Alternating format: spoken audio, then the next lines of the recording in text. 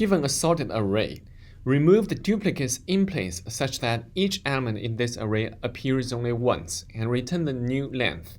How would you do that? That's about today's video. Let's dive in. Hi everyone, this is Steve here. Today we are going through another very classic LeetCode interview question in general. LeetCode 26, remove duplicates from sorted array. Question is giving us a sorted array nums. It's asking us to remove all of the duplicates in place, such that it's giving the definition of in place. What is in place? It's pointing to a Wikipedia page, such that each element appears only once and return the new length. The key here is that we would like to return the new length of the new array, which doesn't contain any duplicate elements. So another key to remember is that it doesn't matter what you leave beyond the returned length. That's another key to one of the very unique solutions to this problem. There is some clarification here. Confused why the return value is an integer but your answer is an array. That is because the input array is passed in by reference, which means modification to the input array will be known to the caller as well. So you can modify the input. And the caller will be notified. So the result is the method API is just asking us to return the new length. That's the clarification, just in case people are confused. Right, now let's think about the solution. So let's walk through a few examples, then we'll have a better idea. 113, for example. Let's go 113. We see the duplicates here is 1 and 1. What we would like to get out of this input is 1, 2, 1, 2, 1. This is the output that we would like to get. Remember, the one keynote for specifically just for this problem is just it doesn't matter what you leave beyond the returned length. Here again, it doesn't matter what values are set beyond the returned length. So which means we can just leave all of the garbage, leave all of the duplicate elements to the end of the array. See, this one is a duplicate. We'll just put it back towards the end of the array. This is one example. Second example is this. Let's copy this, put it here. So for this one, what we would like to get is a 0, 1, 2, 3, 4. This is what we would like to get, and the length of this one is 5. We would like to just return 5 here. And it doesn't matter. The problem is saying it doesn't matter whatever you put beyond it here. 1, 2, 3 or whatever. This is the key. All right, with that said, we can take a look at the two examples first to try to come up with a good solution. So here, the first example, this is the given input, 1, 1, 2. The distinct elements is just 1 and 2. We are asked to return the length of this.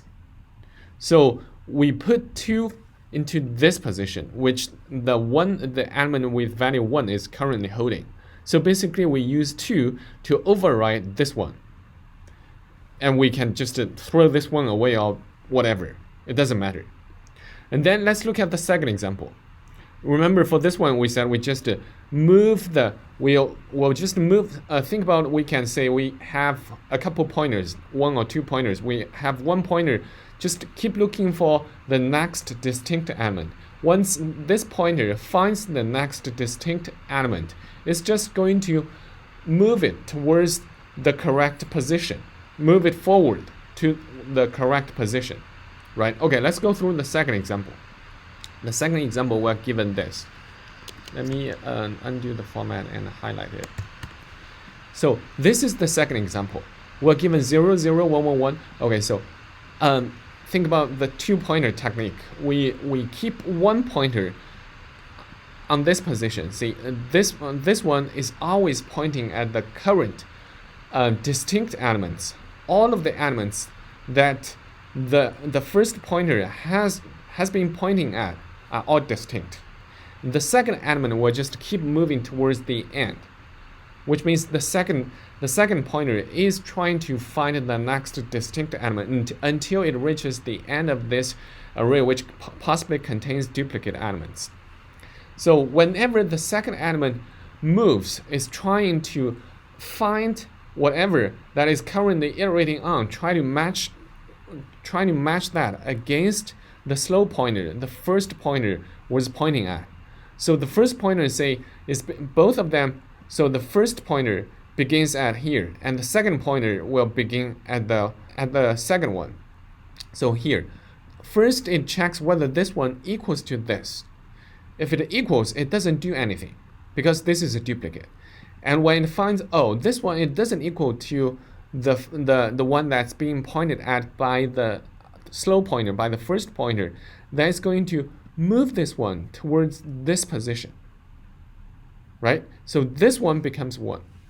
This one becomes 1. I'm just going to modify that in place. Actually, let me copy it here. Just to remove it. Then this one will become 1, right? And then the slow pointer will move towards here, and the fast pointer will just keep moving. The fast pointer keeps moving, and compare. The next one is going to iterate through, compare it with this one. So this one equals to this one. This one it equals to this one. This one equals to this one, until it finds this guy. This guy is 2. 2 is not equal to 1 anymore. So we'll move 2 to this position. Remember, the slow pointer is pointing at here. The slow pointer is pointing at this place. And the fast pointer finds the next element that is not equal to the one that being pointed at by the slow pointer. So it's going to move this one, shift this, override this one here. So this one is going to become, let me write it here. This one becomes 2. Now the slow pointer moves upwards by 1. Whenever something is being overwritten, the slow pointer moves up by 1. And then the fast pointer is at here. It's going to increment by 1, and then it's going to compare this one with this one. It's equal. The fast pointer will continue. Slow pointer stays there. Fast pointer continue. It finds 3. Okay, 3 is not equal to 2 anymore, and then we'll override this value, slow pointer plus 1, with this one. Okay. So then this one becomes here. This 3, so slow pointer plus 1 is here. Here. Now slow pointer is pointing at this position. And fast pointer is here. By incrementing by 1, it's pointing here. 3 equals to 3, so it's going, slow pointer stays here and fast pointer moves forward. It's moving here.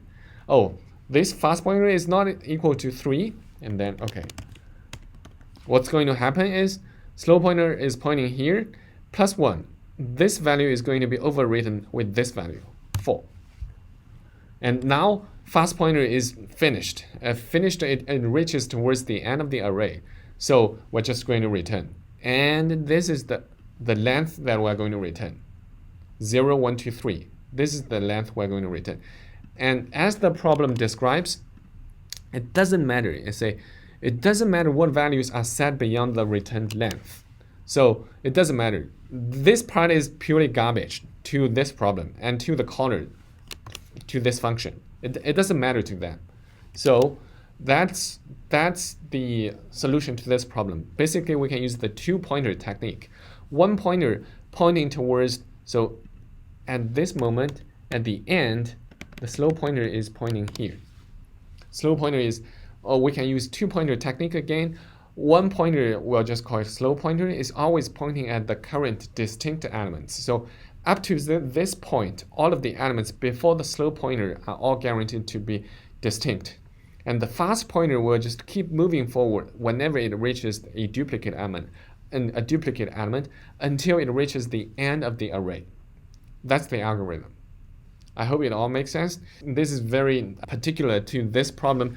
This problem is just designed to ask you to just ignore all of the duplicate elements. Basically, if you encounter such a question during your real interview, it's basically testing your string manipulation or array manipulation skills. That's it. Okay, then let's put that into actual code. So we'll have a slow pointer, just call it I, and a fast pointer which will keep moving, and we said it's going to start from the second element. say length j plus plus. This is the fast pointer. Fast pointer will keep moving forward, as we see here. This is the slow pointer start from the first element. Fast pointer starts from the second element. Fast pointer will keep moving, and keep comparing with the one pointing at by the slow pointer. So what we'll do is we'll check if nums I equals to nums j. Right? So we'll check if the element is pointed at by the slow pointer compared with the fast pointer. If these two are equal, then fast pointer will just keep moving forward, right? We're not going to do anything. Oops. In this case, we'll just use its negation, right? If they're not equal, which means if say fast pointer is here and slow pointer is here, what we'll do is we'll assign this one to this position here. So what we'll do is nums I, actually plus plus I, we're going to assign it to this position. This is what we're going to get.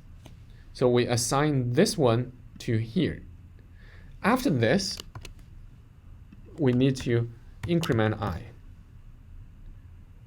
Do we need to increment it after this? No, we're good. We don't need to increment it. However, we always need to increment j. So we have a for loop here for j. And then in the end, what we'll do is we'll just return I. That's it. All right, this is the algorithm. Let me just quickly double check if I'm missing anything. First, I is the slow pointer. We started from the very first element, and then the j is indicating the fast pointer, which is starting from the second element. And then we will just keep incrementing j. Okay, this is j, not I. We'll keep incrementing j until j reaches the end of the array. Then we'll keep checking whether nums I equals to nums j. Basically, whether the fast pointer is pointing at the element, compare it against the element pointing at by the slow element, whether they are going to be equal. If they are not equal, then we'll just override the element pointed by the slow pointer +1, slow pointer +1. That's why we have a +1 here. And then we'll just keep doing this until the fast pointer reaches the end of the element, here. Fast pointer is here. At that moment, slow pointer is here, and okay, we need to have I +1. The slow pointer needs to increment by 1. That's going to be the final result that we should return. In this case, in the second example, this is length 5 is the length that we would like to return. It doesn't matter what value we leave beyond the correct length. That's it. I hope that all makes sense. Let's hit submit and see. All right, accepted. Let's try it again to see if that makes any difference. 1 millisecond, no difference. Oh, actually, it's really random. All right, that's the algorithm. Kind of very particular just for this problem, because it doesn't. Again and again, I mentioned that it doesn't matter whether what values are set beyond the returned length. So that's the key to come up with such a solution. Basically use two pointer technique. One is pointing at the current distinct value, and the next one, we call it the fast pointer, will just keep moving towards the end of the array. That's it for this problem. Time complexity is O(n), because we have to anyway go through this entire array, considering the length of the array is n. And space complexity is O(1). We don't need any extra memory. All right, that's about the problem and the solution. So if you think this video helps you to understand the problem and the solution, please do me a favor and hit the like button. That's going to help a lot with the YouTube algorithm. And also don't forget to subscribe to my channel and hit the little bell notification. I'm going to appreciate it a lot, so that next time when I publish something, you're going to not miss out on anything. I really appreciate it. I'll see you guys in the next video.